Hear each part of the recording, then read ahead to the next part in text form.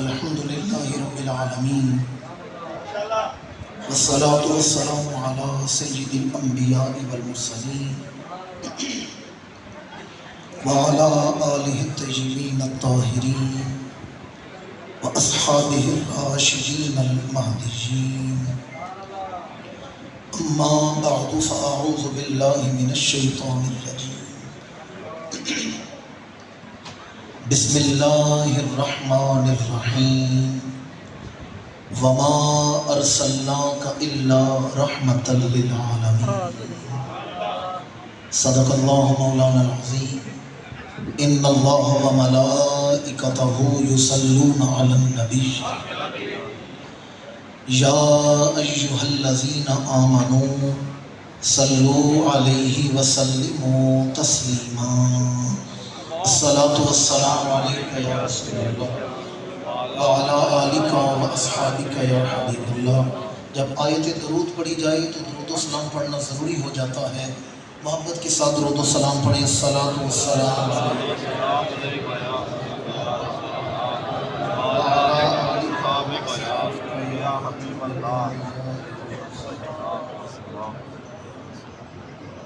لائق صد احترام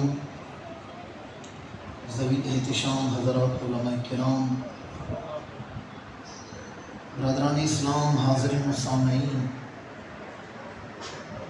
اللہ رب العزت کا بے حد و حساب فضل اور احسان ہے کہ اس کریم ذات نے مجھے اور آپ کو اس خوبصورت محفل میں حاضر ہو کر اپنے گناہ بخشوانے کا یہ موقع عطا فرمایا ہے۔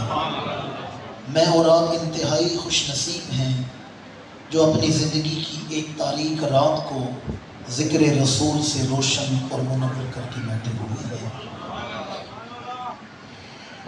مجاہد ویلفیئر سوسائٹی، مسجد اللہ والی کی انتظامیہ، اہل محلہ، اہل علاقہ ہدیہ تبریک کے مستحق ہیں کہ جنہوں نے آج کی اس خوبصورت محفل کا اہتمام کیا ہے۔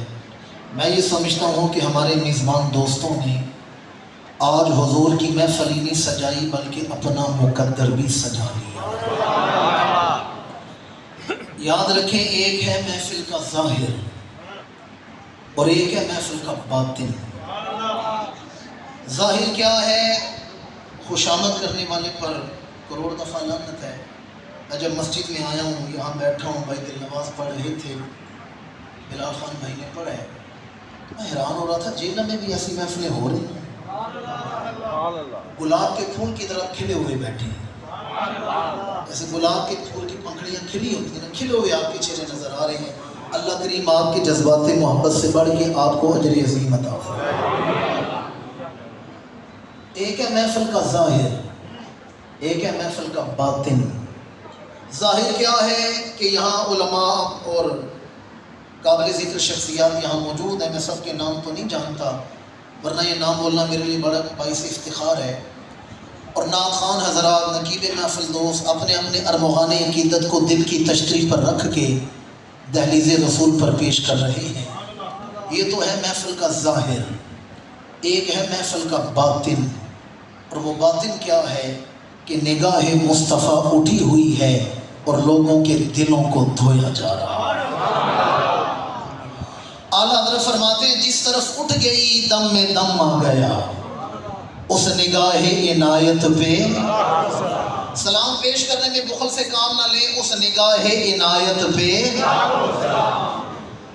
میری اور آپ کی حیثیت کیا ہے؟ برِ صغیر میں، سب کانٹیننٹ میں فاؤنڈر آف اسلام لانے والی شخصیت، تاجدار چشت اہل بہشت، خواجہ خواجگان حضرت خواجہ معین الدین چشتی اجمیری رحمۃ اللہ تعالی علیہ اجمیر کے ڈبوں پر کھڑے ہیں اور چہرہ کرتے ہیں مدینہ منورہ کی طرف اور عرض کرتے ہیں یا رسول اللہ بحال یاسیاں کن یک نظر، تاشود زیاں یک نظر کار فقیر ساختن، تیری ایک نگاہ کا کمال ہے میری زندگی کا سوال ہے۔ میں نقشبندی خانقاہ کا، مجددی خانقاہ کا خادم ہوں۔ نقشبندی سلسلہ میں عشق و مستی کی نشانی حضرت مولانا عبدالرحمن جامی رحمۃ اللہ تعالی علیہ، ان کا نام آتا ہے تو دل میں عشق رسول کی مٹھاس پیدا ہوتی ہے۔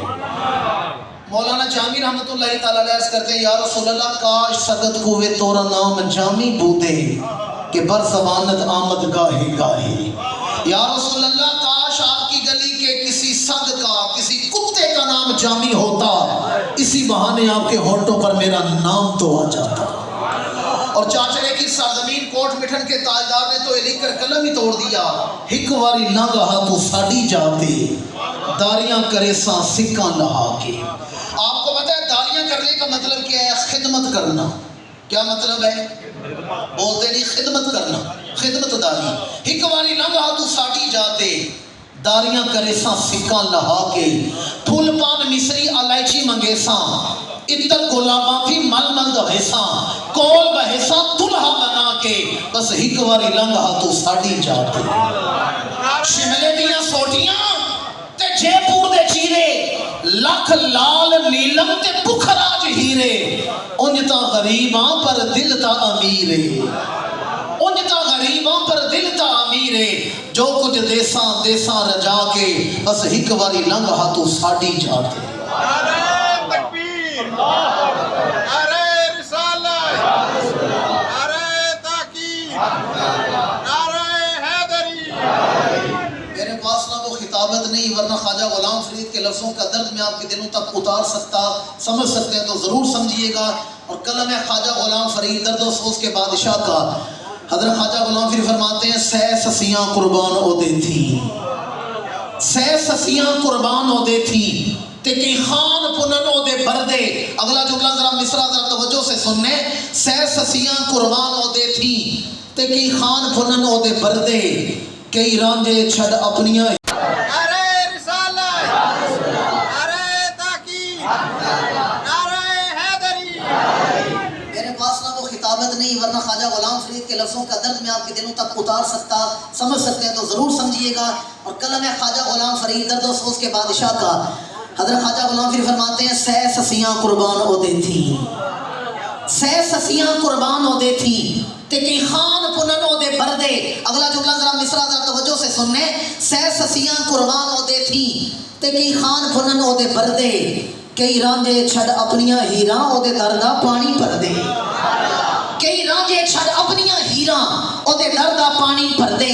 کئی یوسف او دے دید دی خاطر ہتھ بن بن ارزاں کر دے.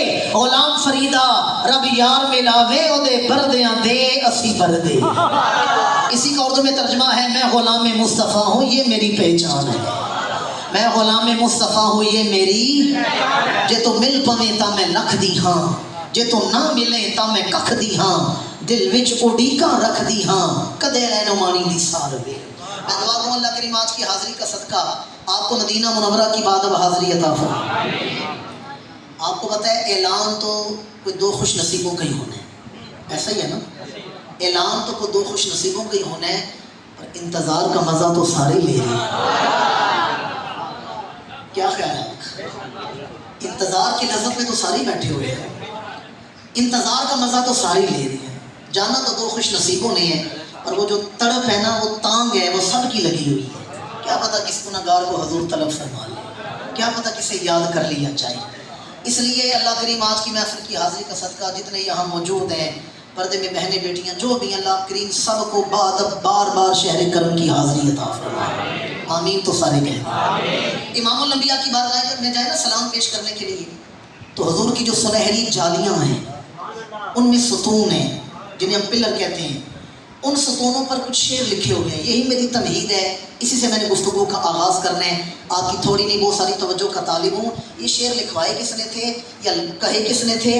ہمارے آقا کریم کے وصال کے بعد ایک عربی مدینہ منورہ آیا اور صحابہ کرام سے کہتا ہے میں نے اللہ کے رسول سے ملاقات کرنی ہے. صحابہ ہاتھ پکڑ کے حضور امام الانبیاء کے حجرے کے پاس، حجرہ عائشہ کے پاس لے آئے. کہا یہ حضور کا حجرہ ہے، اللہ کے رسول کا وصال ہو گیا ہے. حضور نے پردہ فرمایا. وہ حجرہ عائشہ کے دروازے پر کھڑا ہوا. وہاں کھڑے ہو کے اس نے دو مصرے شعر کہے ہیں جو اب بھی وہاں لکھے ہوئے ہیں. آج کل ارطغرل الغازی کا نام بڑا معروف ہے، بچہ بچہ جانتا ہے. اس کا بیٹا تھا قرلس عثمان. اس عثمان نے جو خلافت قائم کی تھی اس کا نام ہے خلافت عثمانیہ. تو خلافت عثمانیہ کے جو علماء ترک تھے نا، انہوں نے وہاں وہ شعر لکھوائے تھے. اللہ کریم آپ کو اپنی آنکھوں سے جا کر وہ شعر پڑھنے کی توفیق عطا فرمائے. میں وہ حوالہ دے رہا ہوں جو اب بھی وہاں لکھا ہوا ہے. 14 صدیوں سے، کئی صدیوں سے وہاں یہ شعر لکھے ہوئے ہیں. ذرا عربی کا عقیدہ دیکھیں. وہ کہتے ہیں نفس الفداء لقبر انت ساکنہ فیہ العفاف وفیہ الجود والکرم. وہ کہتے ہیں میری جان قربان اس روزے پر جس میں میرا محبوب رہتا ہے. روزے دے چفیرے غلاماں دیاں ٹولیاں ایک پیا سندا اے سب دیاں بولیاں. میں قربان اس روزے پر جس میں میرا محبوب رہتا ہے. آگے کہتے ہیں فیہ العفاف، اس روزے میں بخشش ہے. اس روزے میں سب کا عقیدہ تو سارے بولے اس روزے میں، باہر والے بھی شامل ہو جائیں. اس روزے میں، روزہ رسول میں، حجرہ عائشہ میں، گنبد خضرا میں، فیہ العفاف وفیہ الجود والکرم. اس روزے میں بخشش ہے، اس روزے میں جود بھی ہے، اس روزے میں کرم بھی ہے. میرے ارد گرد علماء بیٹھے ہیں، ان سے پوچھیں جود کا معنی بھی عطا کرنا، کرم کا معنی بھی عطا کرنا. جود کا معنی بھی جھولیاں بھرنا، کرم کا معنی بھی جھولیاں بھرنا، جود کا معنی بھی سخا.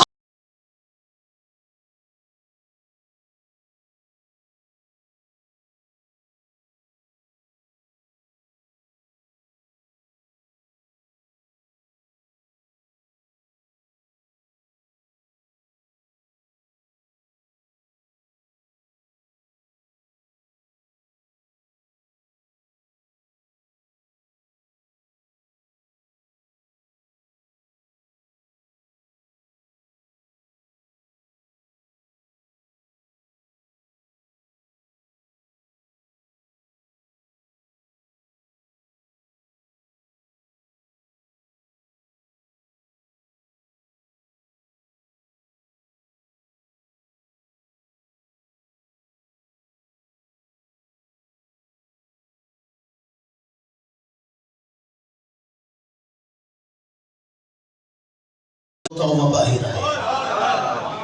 اچھا تصور کریں ان کا جو پاپ ہے بڑا، جو ان کا پادری ہے، وہ ننگے پیر دوڑتا آیا ہے اور یوں اپنی وہ کپڑے اٹھا کے ننگے پیر دوڑتا ہوا ہے. اہل شام پریشان ہو گئے، یہ کیا منظر ہے، یہ کیا ہو رہا ہے.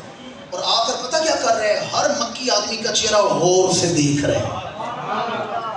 ہر آدمی کا چہرہ بڑے غور سے دیکھ رہے ہیں اور ہے بڑا پریشان، تذبذب کا شکار ہے، بڑے غور سے چہرے دیکھ رہے ہیں. اس نے کیا دیکھا، امام الانبیاء کی عمر ہے 12 سال اور حضور ایک طرف جلوہ فراز ہیں. اس نے دیکھا کہ 12 سال کا بچہ بیٹھا ہوا ہے. آگے بڑھا، سارے اہل شام یہ منظر دیکھ رہے ہیں، چوک ہے، پورا بازار جمع ہے، یہ ہو کیا رہا ہے. جناب ابو طالب بھی حیران ہے، اہل مکہ بھی حیران ہے، یہ کیا ہو رہا ہے. امام الانبیاء کی طرف بڑھے ہیں. پہلے اس نے غور سے حضور کا چہرہ دیکھا ہے، پھر اس نے حضور کی آنکھیں دیکھی ہیں، پھر اس نے حضور کے وجود کے گرد 3 چکر لگائے ہیں، پھر اس نے حضور کا ہاتھ پکڑ کے ہوا میں بلند کیا اور کہنے لگا ھذا سید العالمین، دنیا والوں یہ سارے جہانوں کا سردار بیٹھا ہوا ہے. آپ غور کریں کس دور میں عیسائی پادری کی نعت آپ کے سامنے بیان کر رہا ہوں، جس دور میں غصہ خانہ خاکے شائع کیے جائیں، انوسینس آف مسلم جیسی فلم بنائی جائے، سویڈن میں اعلان قرآن کو آگ لگائی جائے. یہ گیا گزرا دور ہے. میں طالب علم ہوں، پوری ذمہ داری سے بیان کر رہا ہوں. زمانہ کوئی بھی ہو، حالات جیسے بھی ہو، ایک وقت آئے گا ہر زمانے کا آدمی محمد محمد محمد کی دہائی دیتا ہوا نظر آئے گا.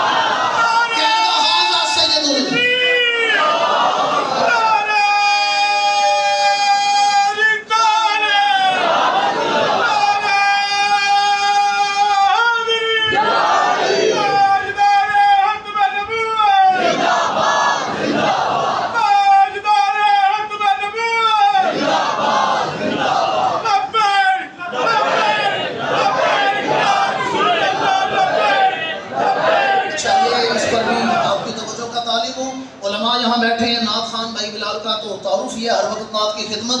اس نے حضور کی 3 نعتیں پڑھی ہیں، تینوں میں عالمین کا لفظ بولے ہیں. کتنی نعتیں ہیں؟ تینوں میں عالمین کا لفظ ہے. پر توجہ کریں، پہلے وجود رسول کے گرد چکر لگائے، پھر حضور کا چہرہ دیکھا، پھر آنکھیں دیکھی، پھر دستے رسول کو پکڑ کے ہوا میں بلند کیے اور کہنے لگا ھذا سید العالمین، ھذا رسول رب العالمین، یبعثہ اللہ رحمۃ للعالمین. کہنے لگا دنیا والوں یہ سارے جہانوں کا سردار بیٹھا ہوا ہے، یہ سارے جہانوں کے رب کا رسول بیٹھا ہوا ہے.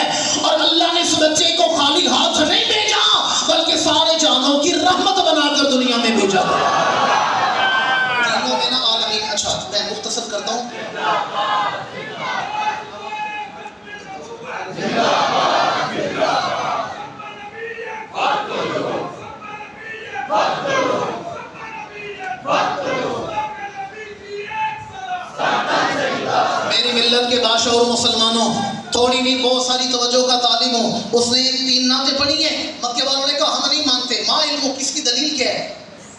کہ ابو طالب کا بھتیجا جہانوں کا سردار عبد المطلب کا بوتا عالمین کی رحمت، ہم تو نہیں مانتے. اب ذرا تصور کریں، اس طرف سے سورج نکلا ہوا ہے، اس طرف سے سورج چڑھا ہوا ہے، اور چیزوں کا سایہ ہمیشہ سورج کے مخالف سمت ہوتا ہے. امام الانبیاء نے دیکھا نا سائے میں جگہ نہیں بچی، حضور دوسری مخالف سمت آ کر بیٹھے ہیں، سورج کی طرف آ کر بیٹھے ہیں. درخت نے اہل مکہ سے اپنا سایہ اٹھا کر حضور پہ مسلط کر دیا. تو پادری کہتا ہے میں نہیں کہہ رہا یہ جہانوں کا سردار بیٹھا ہوا ہے، میری بات نہیں مانتے. پھر اس نے کہا کل آپ کی دعوت ہے، آپ نے آنا ہے، میرے ہاں دعوت کھانی ہے. اگلا دن آیا، امام الانبیاء نے کہا چچا سامان بڑا قیمتی ہے، میں سامان کے پاس بیٹھتا ہوں، آپ جا کے عیسائیوں کی عبادت گاہ میں دعوت کھا کے آئیں. اہل مکہ گئے، دسترخوان لگ گئے، کھانے لگ گئے. وہ پادری کہتا ہے ابو طالب آپ کا وہ بھتیجا کدھر ہے؟ آپ کا وہ بھتیجا پتریا بھتیجا کدھر ہے جس کی میں نے پیش گوئی کی تھی؟ ابو طالب نے کہا وہ سامان کے پاس بیٹھا ہے. کہنے لگا جس کے لیے میں نے کھانے بنائے ہیں. ہم نے کس کے لیے محفل سجائی ہے؟ جس کے لیے میں نے دعوت بنائی ہے اسے تو لے کے نہیں آئے، اور تو پھیلی سارے آگے ہو کھانا کھانے کے لیے. پھر ہاتھ پکڑ کے جناب ابو طالب کو کمرے میں لے گیا، تحفے دیے، نظر دی، نیاز پیش کی، کہا اس بھتیجے کو یہیں سے واپس لے جائیں. آپ نے فرمایا تو کیسے کہہ سکتا ہے میرا بھتیجا عالمین کی رحمت ہے، آخری نبی ہے؟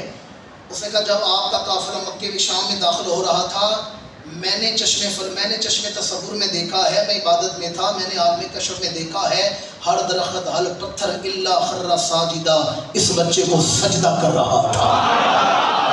فرمایا پھر بھی کوئی واضح نشانی بتا، کوئی دلیل کیا ہے؟ اس نے کہا میں نے سارے مکے والوں کے چہرے دیکھے، پھر 12 سالہ بچے کی طرح بڑا. میری مذہبی کتاب میں جو نشانیاں تھی وہ نشانیاں میں نے دیکھی ہیں. وہ حسن لکھا ہوا تھا کہ حسن بے مثال ہوگا، لازوال ہوگا، اللہ کے نبی کی آنکھیں بڑی ہوں گی، اور میں جو سیاہ پتلی ہے وہ انتہائی سیاہ ہوگی، اور جو سفیدی والا حصہ اس میں سرخ ڈورے تیرتے ہوں گے، سرخ ڈورے تیرتے ہوں گے. پھر میں نے وجود کے گرد 3 چکر لگائے تو میں نے کیا دیکھا؟ انی عارف بخاتم النبوت. میں نے اپنی مذہبی کتاب میں پڑھا تھا اللہ کا آخری نبی دنیا میں آئے گا، ان کے دونوں کاندھوں کے درمیان ختم نبوت کی مہر موجود ہو. تاجدار ختم نبوت، تاجدار ختم نبوت. بس ایک حدیث اور پھر آخری حوالہ، یہ میرا میں ذہن بنا